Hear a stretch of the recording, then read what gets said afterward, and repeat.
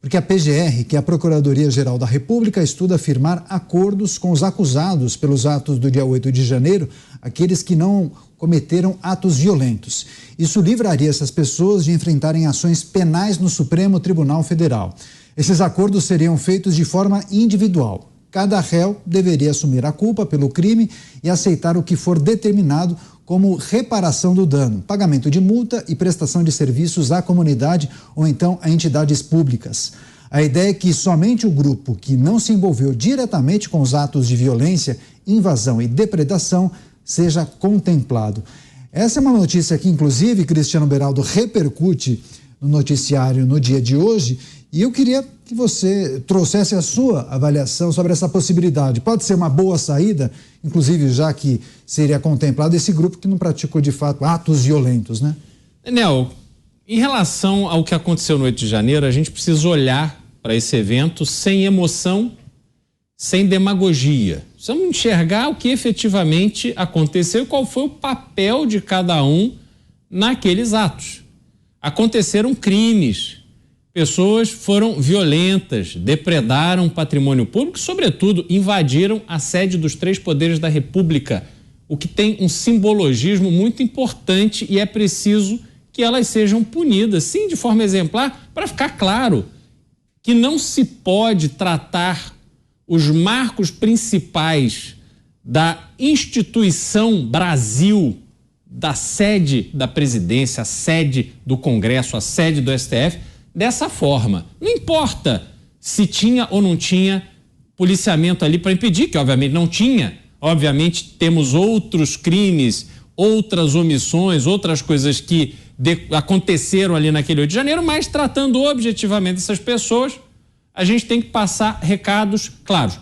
Entretanto, é óbvio, pelas imagens a gente vê isso, que não estavam todas as pessoas ali para fazer a baderna que a gente viu. Boa parte daquelas pessoas foram ali achando que alguma coisa ia acontecer, mas, enfim, levaram filhos, levaram pais e tal, não estavam ali e não tem histórico de cometimento de crime, etc. Não adianta ficar alimentando uma teoria de que essas pessoas estavam mancomunadas porque elas iam depor o Lula, fechar o Congresso, fechar o STF e o novo governo ia ocupar o Brasil naquele 8 de janeiro, porque isso não está dado, né? Não havia uma força substituta sob liderança de alguém que estava ali, porque não se dá golpe de longe pelo WhatsApp. O líder de um movimento golpista tem que estar presente até para ocupar fisicamente a estrutura do poder. Isso não está dado. Então, tirando a emoção, tirando a demagogia, tirando o uso que se faz daquele episódio para ficar apontando o dedo para qualquer pessoa que não concorde com o atual governo, e essas pessoas são chamadas de extrema-direita, de fascistas, acusações assim pesadíssimas que deveriam ser inibidas, mas não estão sendo. Quando a Procuradoria-Geral da República propõe fazer acordo para liquidar este assunto numa parcela importante daquelas pessoas envolvidas, eu acho ótimo. Porque isso desafoga o sistema judiciário destes casos que são facilmente resolvíveis a partir de acordos onde essas pessoas vão pagar por eventual dano que causaram, se não tiverem dinheiro vão prestar serviço. Acho importante para que elas entendam também a gravidade que fizeram. Por mais que não havia ali um golpe em andamento, mas havia todo aquele clima de que, de alguma forma, por alguma luz ali que ia aparecer do céu, o Lula ia deixar de ser presidente, e o Lula não iria deixar de ser presidente. O Lula foi eleito, Bolsonaro foi eleito em 18, Lula foi eleito em 22. Não gostamos do Lula, não apoiamos o Lula, achamos que o Lula não será um bom presidente, como não está sendo. Tudo isso vale, mas vale para a gente aprender com os erros e trabalhar para a próxima eleição. Não dá para ficar vivendo neste clima que, de uma certa forma, tomou conta de uma parte das pessoas de que ia resolver a coisa no grito, no enfrentamento, atiçando o exército. O papel do exército não é esse. Tanto é que o exército não fez nada. Tudo bem que deveria ter sido mais enérgico no seu posicionamento. Dizer, olha, não concordamos, as pessoas que estão aqui em frente aos quartéis devem ir para casa, porque nada faremos. Mas não, foram alimentando também, deixa essas pessoas aí, não deixaram que aquelas pessoas fossem ali conduzidas as forças policiais para fora daquelas áreas em frente ao quartel. Deu no que deu. Então agora cada um vai ter que responder. Mas, de novo, que respondam na dimensão correta daquilo que fizeram e não com base numa suposição fantasiosa de que o poder no Brasil, a presidência da República, foi ameaçada e que as instituições seriam substituídas por uma força do além. Estamos trazendo as informações e análises dos nossos comentaristas sobre essa possibilidade de acordos com os acusados de participarem de atos não violentos em 8 de janeiro. Essa ideia, inclusive, está em análise na Procuradoria-Geral da República. Vamos a Brasília. José Maria Trindade. Zé, além de todos esses ingredientes trazidos na notícia e analisados pelo Beraldo, também tem um outro aspecto que é interessante, que daria celeridade nesse processo, já que o STF pouparia esforços de ter que julgar mais de 1.000 ações de forma individual. No final vai ter que ser individual, né? Esse processo, ele é complexo demais, porque ali não estão bandidos, né? São pais de família, são familiares que seguiram alguns loucos. Não conheci ninguém que possa defender aquela ação do dia 8 de janeiro. Ninguém, né? Não há como justificar quebrar os prédios do Congresso Nacional, do Supremo, do Palácio do Planalto, e ali a gente viu que houve uma infiltração, não eram as mesmas pessoas que estavam na frente dos quartéis, e eles têm que ser punidos. É assim, é simples assim, mas punidos com base no que eles cometeram, nos crimes que cometeram. Ali tem pessoas que estavam na área do Congresso Nacional apenas, outros entraram e alguns quebraram e atingiram ali peças raras. Esses têm que ser punidos e severamente.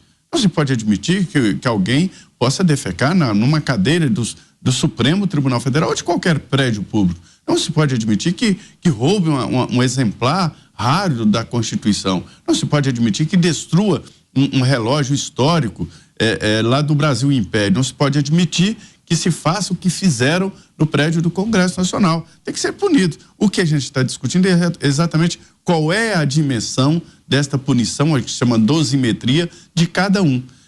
Eu tenho certeza de que isso não será difícil, porque esta área, e principalmente o Congresso Nacional, é muito vigiada por câmeras.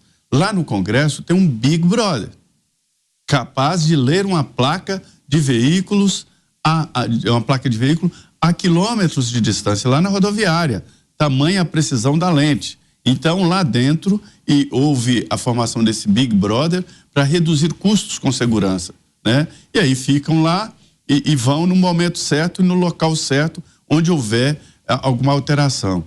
O Congresso é uma cidade grande e tem uma força policial própria, polícia legislativa, não é segurança, polícia legislativa, e lá existem investigadores, polícia secreta mesmo, que se infiltra, existem especialistas, e lá existe, no Congresso Nacional, existe contrabando, tráfico de drogas, prostituição, tudo isso. E os policiais investigam e tem, inclusive, uma delegacia, uma cela, e o inquérito já sai de lá pronto, né? Então, eles estão preparados para isso. E também o policial judiciário, que foi criado no Supremo. E no Palácio do Planalto, o batalhão de guarda presidencial e o pessoal do Gabinete de Segurança Institucional. Então, não será difícil provar cada situação de cada um. É isso que tem que ser feito. Agora, o que eu destacaria aí é uma situação que eu admiro, que é a redução da pena, e não há essa cultura no Brasil, apesar da recente modificação no Código de Processo Penal, e há, inclusive, súmulas do Tribunal de Justiça que autorizam esta negociação. Essa negociação é importante porque ela reduz o trâmite, torna a justiça mais barata.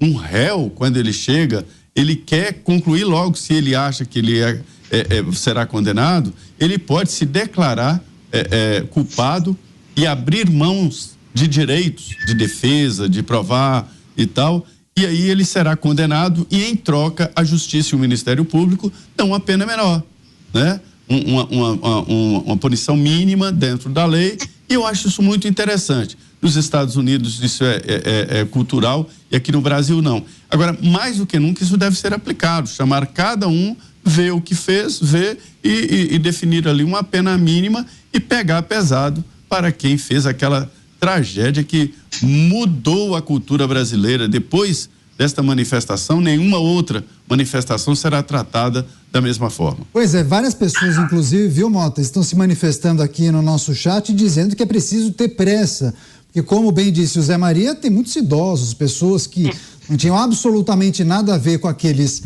malucos que depredaram até chegaram a praticar outros atos dentro dos prédios públicos, mas se essa medida, se esse acordo for adiante, abarcaria um universo superior a 1.000 pessoas, Mota. Bom, primeiro vamos dizer que é uma boa medida. Ela é um passo na direção de remediar uma situação muito complicada.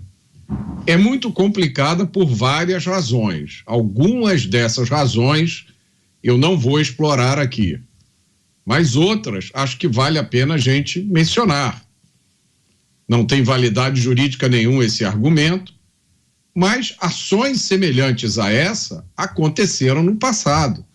Eu me lembro, eu tenho aqui no meu computador imagens de invasões semelhantes na esplanada dos ministérios, com gente jogando coquetel molotov em ministérios, tocando fogo em ministérios. Que eu me lembre, se eu estiver errado me corrijam, nunca aconteceu nada com essas pessoas. Aliás, eles eram tratados como manifestantes. Os índios deram flechada, Mota. Os índios deram flechada lá nos funcionários da Câmara.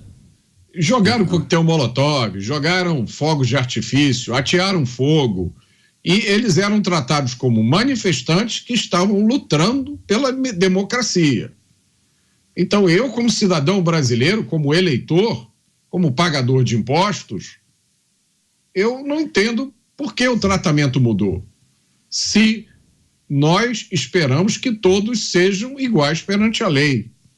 Então eu acho que essa é uma das questões mais básicas aí, né? Ninguém pode ser tratado de forma diferente, de forma melhor ou pior, só por causa da sua afiliação política. Se eu cometo o mesmo ato que o Zé Maria, não pode eu ser classificado de perigo para a pátria e o Zé Maria ser chamado de lutador pela liberdade. Não pode. A igualdade perante a lei é um requisito básico do Estado de Direito e da democracia. Não se pode tolerar um comportamento quando ele vem de um lado do espectro político e considerá-lo, esse mesmo comportamento, uma ofensa gravíssima quando ele tem origem em outro lado. Já houve um tempo em que a gente não tinha informação suficiente, em que a gente não era consciente o suficiente para acreditar numa coisa dessas, né? E mais, todos sabem, eu escrevi um livro há pouco mais de um ano, A Construção da Maldade, que fala sobre a deteriorização da segurança pública brasileira. Nas últimas décadas no Brasil, predominou a filosofia do garantismo penal. Essa filosofia coloca como foco principal do sistema de justiça criminal a garantia dos direitos do réu. Nós vimos recentemente, aqui no Brasil, vários casos de traficantes presos com grandes quantidades de drogas, cujas prisões foram invalidadas, flagrante não valeu, porque a polícia não tinha um mandato de busca e apreensão. Muito embora vários juristas importantes tenham afirmado, o mandato nessa situação é completamente irrelevante, tratava-se de um flagrante. Então, se a filosofia do garantismo penal é o que tem valido nos últimos 40 anos e tem servido para libertar traficantes presos em flagrante, tem servido para libertar pessoas envolvidas em tiroteios com a polícia, inclusive portando fuzil. Basta fazer uma pesquisa na internet, essas informações estão todas disponíveis. Essa filosofia também tem que valer para quem foi acusado de qualquer ato no 8 de janeiro.